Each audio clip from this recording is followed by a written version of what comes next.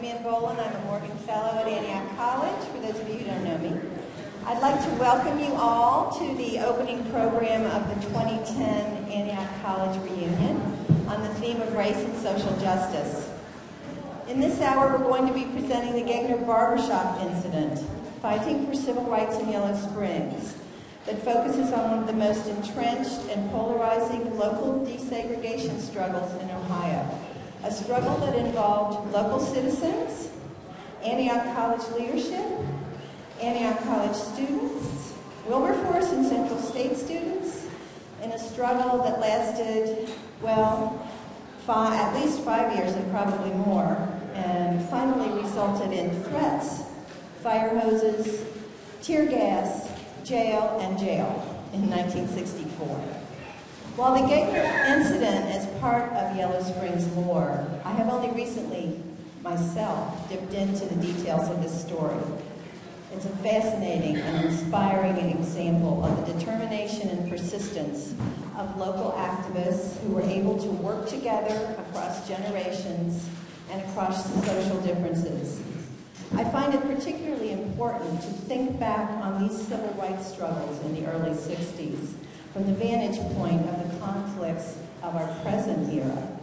When the state of Arizona targets Mexican immigrants and Rand Paul can be elected in Kentucky on a platform that questions whether civil rights legislation should apply to private businesses, and when the lawyer and activist Michelle Alexander has outlined the ways in which voting rights are being denied to U.S. citizens through the racial biases of our prison system in her recent book, The New Jim Crow. We are lucky to be able to host the traveling multimedia exhibit, Oh, Freedom Over Me, from the Duke University Center for Documentary Studies. And I would like to acknowledge my colleagues who have assisted with this show and this program.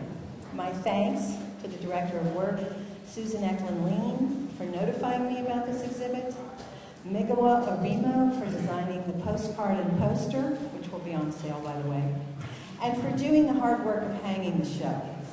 Brian Springer for creating the excellent slideshow on the Gegner incident that will be running daily in the exhibit on the second floor and with the other media, and for providing his technical expertise for the entire panoply of media programming in the exhibit.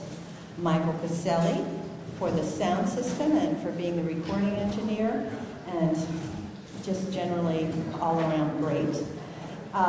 Scott Warren for his assistance with the early stages of the program. The Yellow Springs News for sharing their negatives with us, and especially to our panelists, Hardy Trolander, Paul Graham, Joni Rabinowitz, and Prexy Nesbitt, who lived it with such courage and determination and grace, and who have agreed to share their experiences with us today. And of course, thanks to the college and the Antioch alumni for providing this lecture. I'm going to quickly introduce the panelists and turn the program over to them. The program is being videotaped and audio streamed live, and we hope you have time for questions. We will need anybody who wants to make a comment or ask a question to come up to one of these two microphones, the one I'm speaking in and the one that's over there, because we need to have your voice be included in the technology, and that's the only way we can do that. So feel free to come up. I'm going to start with Hardy Trolander, since he's the closest one to me. Hardy Trolander's childhood love of taking radios apart led to his lifelong interest in invention and engineering. In 1940, Hardy came to Yellow Springs, attracted by Antioch College's co-op and liberal arts program and the entrepreneurial enterprise that Arthur Morgan had encouraged in building a self-sustaining community. Hardy began thinking that he and his friends could start something innovative too. But World War II intervened and they went off to serve their country. Once the war ended and they returned to campus, Hardy and his friends set up shop in the basement of the science building to try their hand at developing new technological devices and having fun doing it. The results of their efforts, the Yellow Springs Instrument Company, is now known worldwide for its state-of-the-art instruments, from its early days working with Fells, Kettering, Leland Clark's heart-lung machine to the discovery of the melting point of gallium that was accepted as a worldwide primary reference point on the International Reference Scale in 1990. Following Arthur Morgan's model, Hardy determined that YSI would be a company that respected its employees and the community in which it operated. He developed practices that were based on an early notion of corporate responsibility and began what is now one of the oldest and most established employee-owned businesses. Hardy is a member of the Engineers Club of Dayton and was honored by the Dayton Engineering Science Hall of Fame in 2008 for his contributions to the biomedical sciences. In 1992, he was elected as a member of the National Academy of Engineering, where he served on the selection committee for the Fritz J. and Dolores H. Russ Prize from 2001 to 2007, among other activities. After serving for 30 years as the Chief Executive Officer of YSI, Hardy retired and, from all reports, returned to his first love, fiddling with radios. The YSI Foundation has generously contributed to local community projects and institutions, including our beloved Antioch College. Hardy and his wife Jean, whom he met at Antioch, were both active in the early civil rights efforts here in town. So he'll be talking about his experience. After graduating from Antioch College in 1952, Paul Graham, who's sitting to Hardy's right, did graduate work in chemistry at Indiana University in Bloomington. He and Jewel Graham, who we all know from her many years of service to the college, including as a member of the faculty, were married in 1953.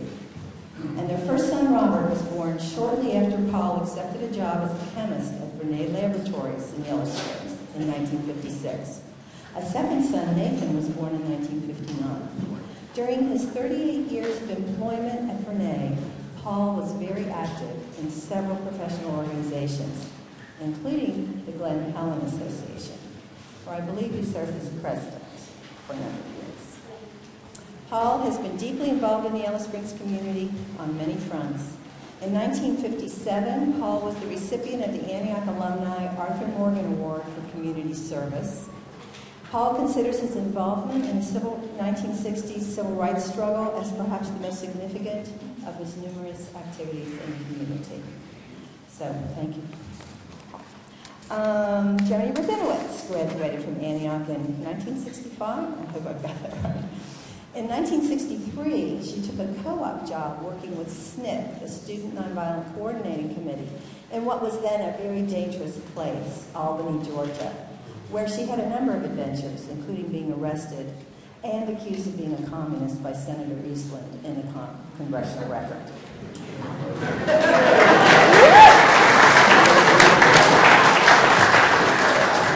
In 1964, she was involved in civil rights activities locally, including the Gegner Barbershop, quote, riot, as it was labeled by the news media, and was one of the Antioch students who were arrested, along with the Central State and Wilberforce students and other Yellow Springs citizens, such as Willa Dallas, who was added to the group when she reprimanded an officer for unnecessary roughness.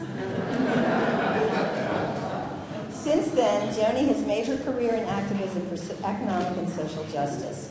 She recently retired from 25 years as the co-director of Just Harvest, a local Pittsburgh anti-poverty, anti-hunger advocacy organization. When she retired, the city of Pittsburgh officially honored her by naming that day Joni Rabinowitz Day.